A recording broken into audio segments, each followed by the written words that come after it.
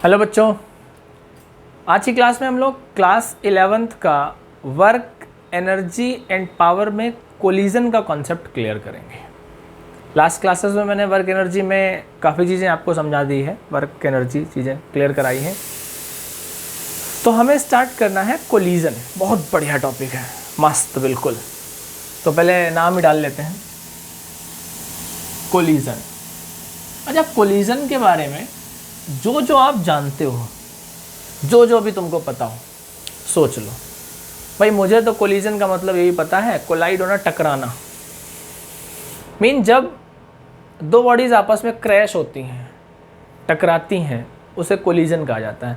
देखते होगे यार, कोलिजन तो घर में भी होता होगा। सर लड़ा दिया, कोलिजन। कंचे खेल लिए, कंचे से कंचे टकरा गया, कोलिजन। ट्रक टकरा गया, कोलिजन। एक्सीडेंट क्या, कोलिजन ही तो है। तो when two bodies crash to each other, क्या होती हैं? क्रैश होती हैं। तो उसको क्या कहते हो आप? कोलिजन कहते हो। बेसिक कॉन्सेप्ट है। When two bodies crash to, like सब एटॉमिक पार्टिकल्स भी टकराते हैं, ये भी कोलिजन है। मार्बल्स टकराते हैं, ये भी कोलिजन है। तो ये सारी चीज़ें कोलिजन कहलाती हैं। कोलिजन के बेसिक टाइप्स पढ़ते हैं। दो प्रकार के आपको कोलिजन मिलते हैं।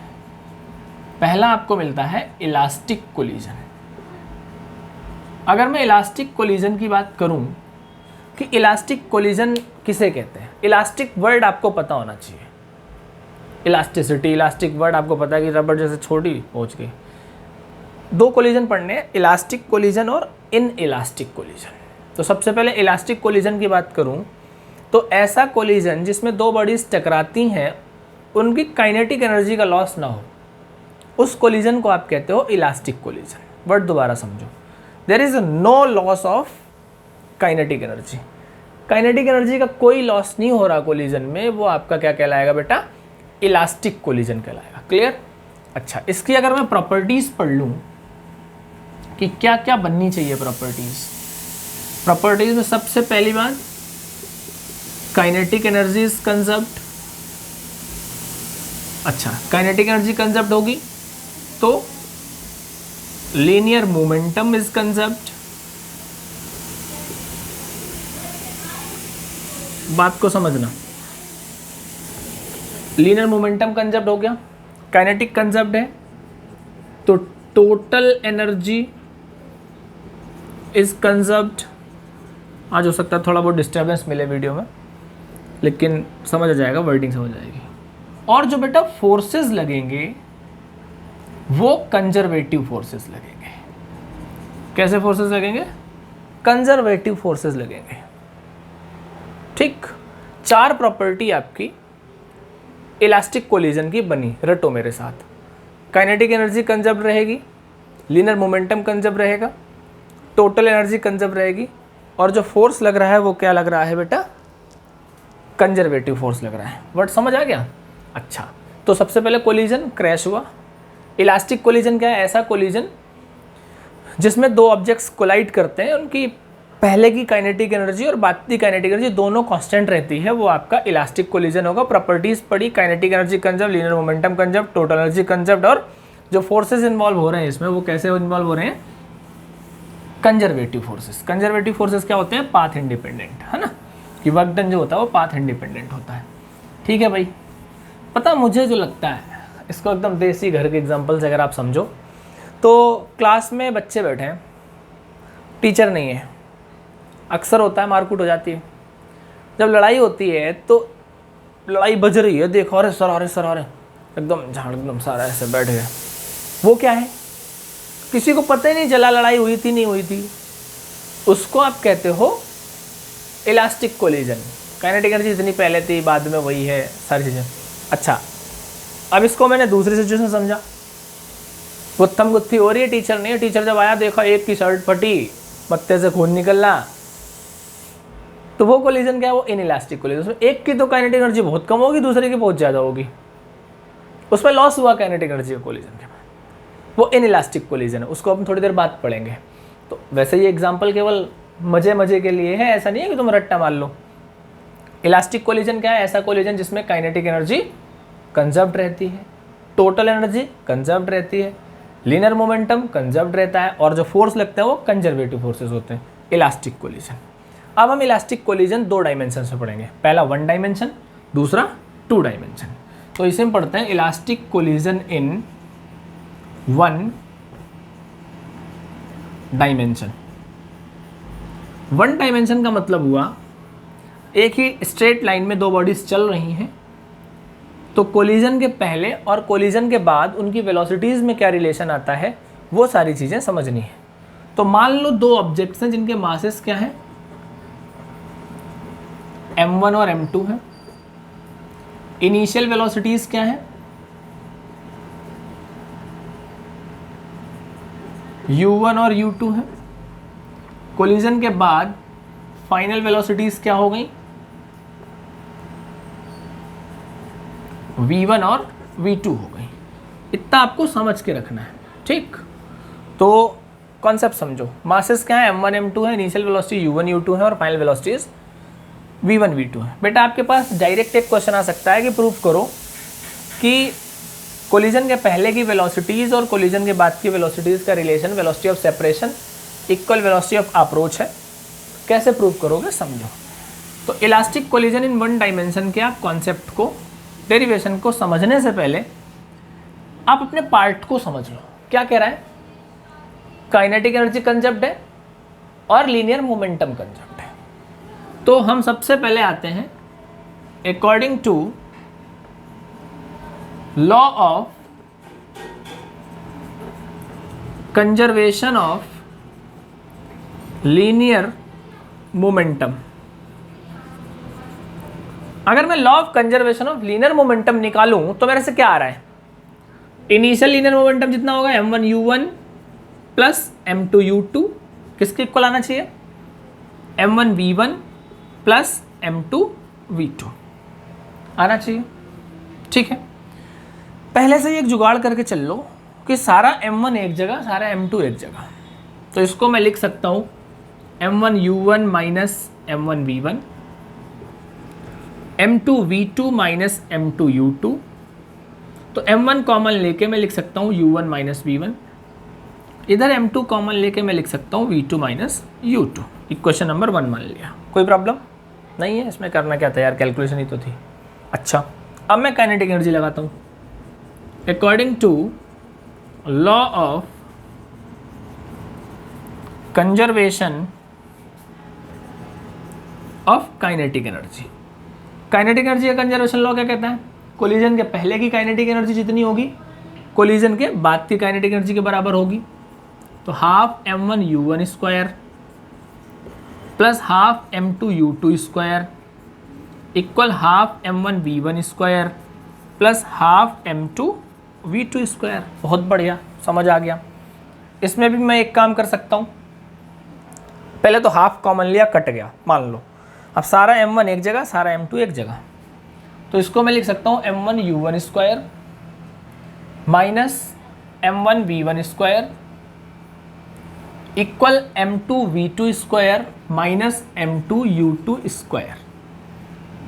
m1 कॉमन लिया, u1 square minus v1 square, m2 common लिया, v2 square minus u2 square. इस पे एक काम करो, a प्लस b,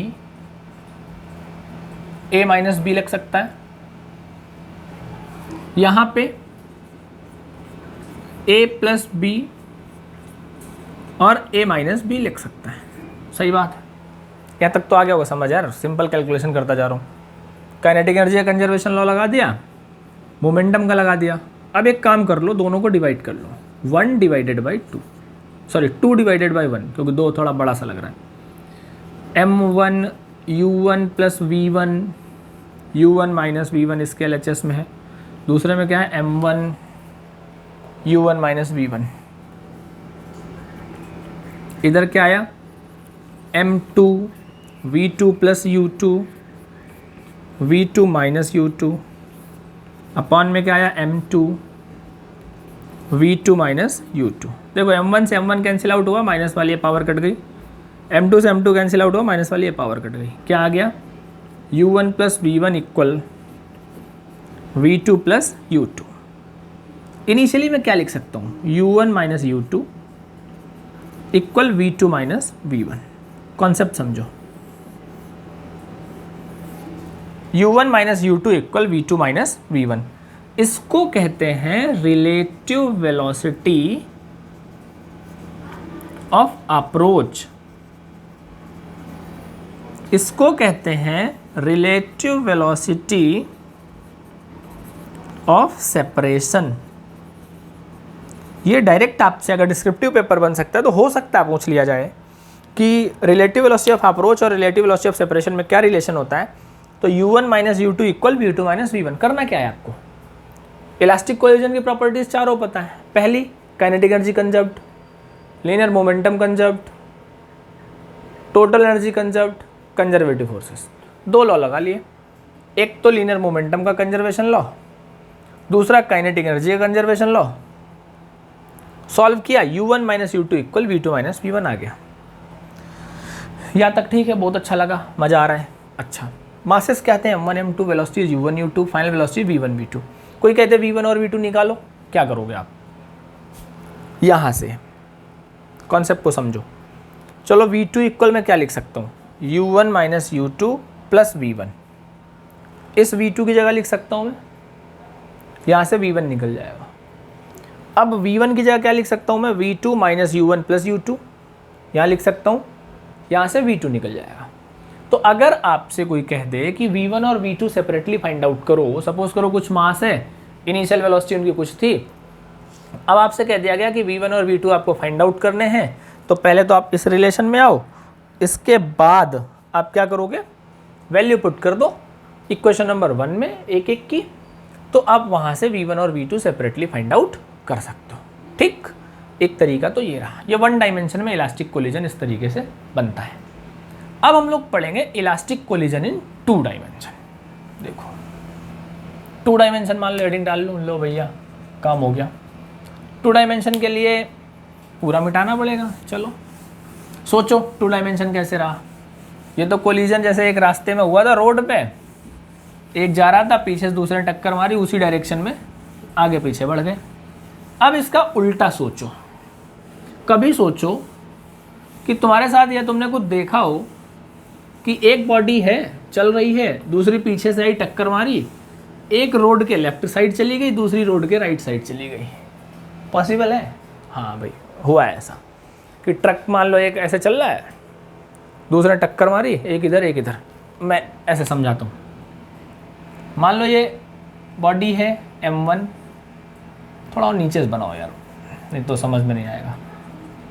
ठीक, u1 वेलोसिटी से चल रही है, m2 है ये, u2 वेलोसिटी से चल रही है। इसने जैसे इसको टक्कर मारा तो टक्कर के टाइम में m1 इधर चला गया और m2 इधर चला गया। सोचो क्या ऐसा हुआ होगा? हो सकता है, पॉसिबल है, बिल्कुल पॉसिबल है। यही 2 डायमेंशन खेल है। इसको थीटा मान लो, इसको फाई मान लो, थीटा 1 थीटा 2 मान लो, कुछ भी मान सकते हो। इसकी वेलोसिटी v1 मान लो, इसकी वेलोसिटी v2 मान लो। सोचो कि एक ट्रक जा रहा था ऐसे जू जू जू, दूसरा आया मारी टक्कर, एक इधर एक इधर। टैक्सी मान लो, ऑटो मान लो, रिक्शा मान लो, जो मन करे वो मान लो यार, तुम पे डिपेंड करता है, घर की बात है। अच्छा, काइनेटिक एनर्जी और लीनियर मोमेंटम में स्केलर कौन है? Kinetic energy. वेक्टर कौन है? Linear momentum. कंपोनेंट किसके रिजॉल्व होंगे? वेक्टर के। तो लीनियर मोमेंटम के कंपोनेंट रिजॉल्व होंगे। अरे सर मजे आ गए। कंपोनेंट रिजोल्यूशन वेक्टर्स का आप सर्च कर सकते हो यूट्यूब चैनल पे, मेरे ही मिल जाएगा आपको रिजोल्यूशन का कॉन्सेप्ट, वहाँ से आप ढूंढ सकते हो। तो चलो सबसे पहले इसको रिजॉल्व करने की कोशिश करते हैं। लीनियर मोमेंटम थीटा से लगा हुआ कंपोनेंट कॉस कंपोनेंट होता है, तो m1 v1 कॉस थीटा, इधर गया m1 v1 साइन थीटा। ठीक, इधर वाला ये क्या आया? m2 v2 कॉस फाई, ये क्या आया? m2 v2 sine phi. Phi बनाओ रे फाई। ठीक, ये 2 डायमेंशन का तो डायग्राम आपको समझ आ गया। अब इसमें मैं कहूँ कि यार काइनेटिक एनर्जी लगाओ। According to law of conservation of kinetic energy. तो काइनेटिक तो देखो कोलिजन के पहले की और कोलिजन के बाद की दोनों बराबर होंगी। तो काइनेटिक में तो साफ साफ लिखा जा सकता है half m1u1 square plus half m2u2 square equal half m1v1 square plus half m2v2 square. बिल्कुल लिखा जा सकता है, क्योंकि काइनेटिक एनर्जी स्केलर है, कंपोनेंट से उसको मतलब नहीं है। अब मैं लेता हूं linear momentum according to law of conservation of linear momentum. ठीक, क्योंकि मोमेंटम वेक्टर था तो इसके दो लिए जाएंगे। एक लिया जाएगा बेटा अलोंग एक्स एक्सिस और दूसरा लिया जाएगा अलोंग वाई एक्सिस। तो मैं सबसे पहले एक्स एक्सिस की बात करता हूँ। m1u1 प्लस m2u2, सही बात है, equal m1v1 cos theta plus m2v2 cos phi. देखो x में यही जा रहे हैं ये, और ये x के ही है। अब मैं लूंगा अलोंग y एक्सिस। अगर अलोंग y एक्सिस में लेता हूं तो देखो y में इनिशियली कुछ नहीं है, डायग्राम देखो कुछ नहीं है y में इनिशियली, ये लाइन है, ये लाइन। तो m1v1 साइन थीटा ऊपर जा रहा है, m2v2 साइन फाई नीचे आ रहा है। तो मैं इसको लिख सकता हूँ m1v1 साइन थीटा माइनस नीचे वाला m2v2 साइन फाई इक्वल 0। तो ये आपका इलास्टिक कोलिजन इन 2 डायमेंशन केस बन गया। इलास्टिक कोलिजन इन 2 डायमेंशन। तो बेटा अब तक आपने 2 पढ़ा। Elastic collision in 1 dimension, velocity of relative velocity of approach equal relative velocity of separation. अच्छा, दूसरा आपने पढ़ा इलास्टिक कोलिजन इन 2 डायमेंशन। काइनेटिक एनर्जी कंजर्वेशन कर लिया, लीनियर मोमेंटम में एक्स एक्सिस का निकाल लिया और वाई एक्सिस का निकाल लिया। ठीक है भैया, इलास्टिक कोलिजन तो आपको पूरा समझ आ गया। अब हम बात करते हैं इन इलास्टिक कोलिजन की। थोड़ा तेज इसलिए निकालता हूँ मैं थ्योरेटिकली पोर्शन कि आप लोग आराम से देख लिया करो, ज़्यादा इसमें टाइम वेस्ट की जरूरत नहीं है। मैंने देखी है कई सारी वीडियोस, एक ही टॉपिक को लेके बैठ जाते हैं, एक ही वर्ड को आधा घंटा तक, बेटा ये होता है, तो फ़ायदा क्या उसका। बच्चा तो ऐसा जानता ही है ना, मेन जो चाहिए आप एक बार में देख लिया करो, ठीक है। और जो प्रॉब्लम हो आप सीधा कंटेंट को पूछ सकते हो डायरेक्ट कमेंट में डाल के। अब हम लोग बात करते हैं इन इलास्टिक कोलिजन की। भैया इन इलास्टिक कोलिजन क्या होना चाहिए, मैंने अभी बताया था, शर्ट फट गई, खून निकलना है, काइनेटिक एनर्जी का लॉस हो गया। तो इन इलास्टिक कोलिजन क्या होता है, ऐसा कोलिजन जिसमें काइनेटिक एनर्जी का लॉस होता है उसको आप कहते हो इन इलास्टिक कोलिजन। क्या हुआ, there is a loss of kinetic energy. देखो भैया काइनेटिक का लॉस होगा बेटा, बड़े आराम से समझ लो।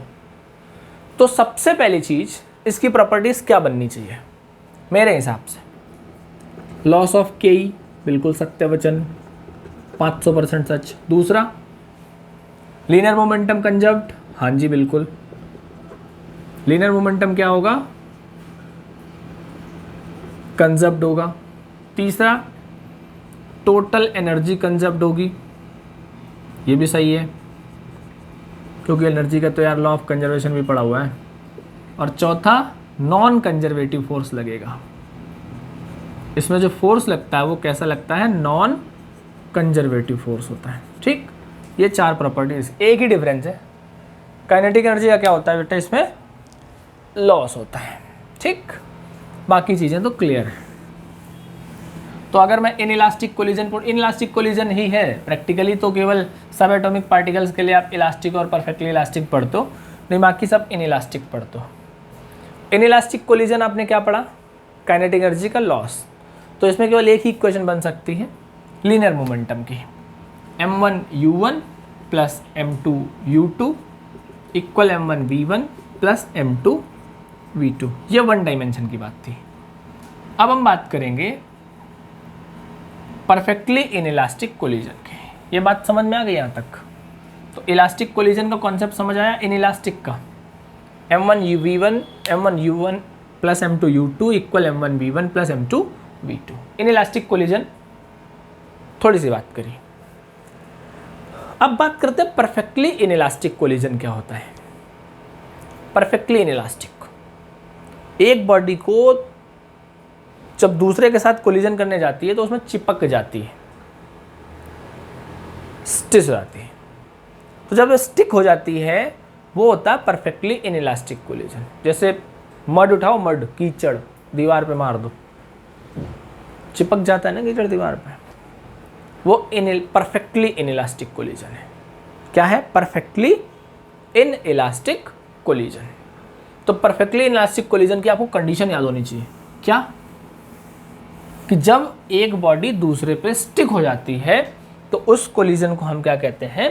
Perfectly inelastic collision.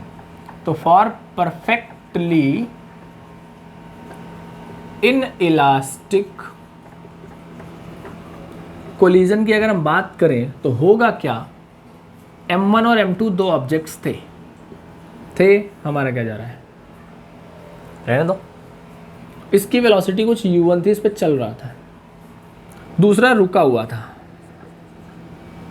ये मिले और मिल के ये स्टिक हो गए, तो M1 प्लस M2 हो गया ऑब्जेक्ट,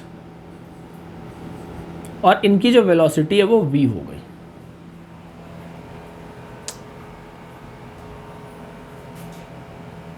समझो, M1 की वेलोसिटी U1 है, U2 आपने जीरो कर ली, बिल्कुल सर जीरो कर ली, बाद में क्या हो गई? वेलोसिटी हो गई। अब लगाओ law of conservation of linear momentum. According to law of conservation of linear momentum, देखो M1 U1 plus M2 into zero is equal to M1 plus M2 into V। तो M1 U1 इक्वल क्या आ गया? M1 plus M2 into V। तो V equal क्या आ गया? M1 U1 upon M1 plus M2। ये आपको वेलोसिटी मिल गई। ठीक है, अच्छा लग रहा है, मज़ा आ रहा है? हाँ जी। तो चलो लॉस ऑफ काइनेटिक एनर्जी निकाल लेते हैं। क्या निकालते हैं? Loss of kinetic energy. Formula याद रखना। चलो इसको मैं कोने पे लिख देता हूँ ये, क्योंकि अभी काम आएगा मेरे। V इक्वल मेरे पे क्या मिला? M1 U1 upon M1 plus M2। क्योंकि अभी आपने पढ़ा है परफेक्टली इनइलास्टिक कोलिजन में या इनइलास्टिक कोलिजन में काइनेटिक एनर्जी का लॉस होता है। तो कितना लॉस होता है वो चीज़ हम लोग यहाँ पे समझ लेते हैं।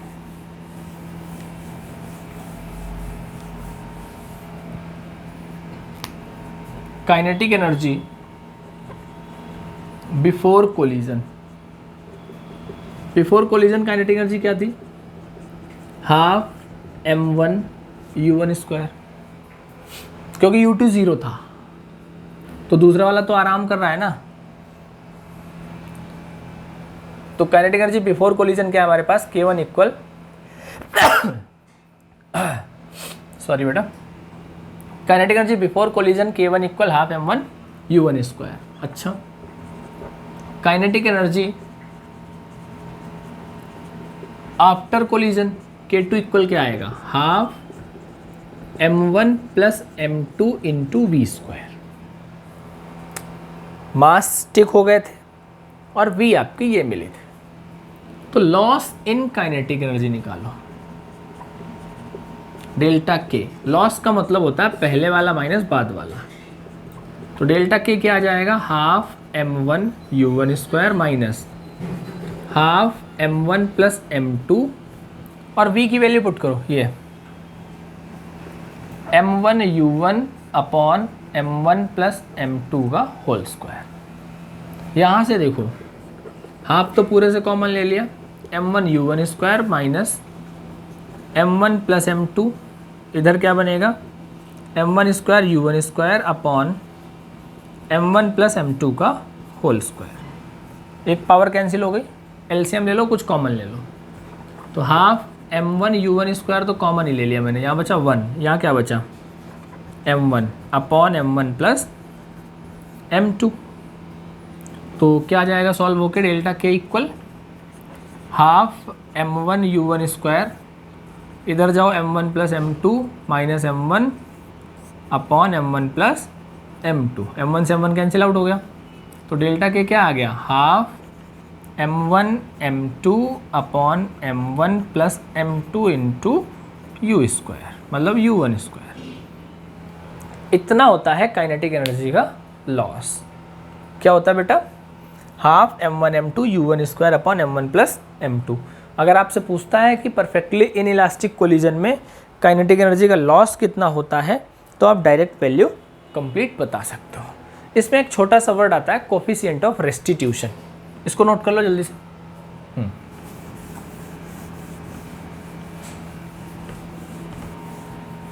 चलो एक छोटा सा और टर्म समझ लेते हैं, छोटी सी, coefficient of restitution. Coefficient of restitution क्या होता है, relative velocity of separation upon relative velocity of approach. Coefficient of restitution, इसको E से रिप्रेजेंट करते हैं V2 minus V1 upon U1 minus U2। ये होता है coefficient of V2 minus V1 क्या हुआ, relative velocity of separation, U1 minus U2 क्या हुआ, रिलेटिव वेलोसिटी ऑफ अप्रोच का रेशियो। बस इतना ही है, इसमें ज़्यादा मत समझना। फॉर परफेक्टली इलास्टिक कोलिजन जो E होगा वो कितना होगा 1। इन इलास्टिक में, क्योंकि दोनों बराबर होंगे ना परफेक्टली इलास्टिक में, तो यार कट नहीं जाएगा। फॉर परफेक्टली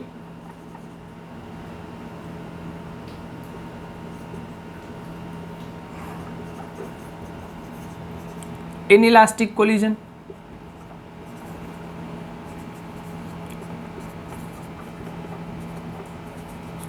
E होगा 0। वैसे आपका जो E होता है वो 0 और 1 के बीच में लाई करता है। ये रहा आपका कोलिजन का concept. Collision, types of collision, उनके सारे डेरिवेशंस अच्छे से प्रैक्टिस कर लेना और फिर इससे क्वेश्चंस करना, टॉपिक क्लियर हो जाएगा। ओके बेटा, थैंक यू।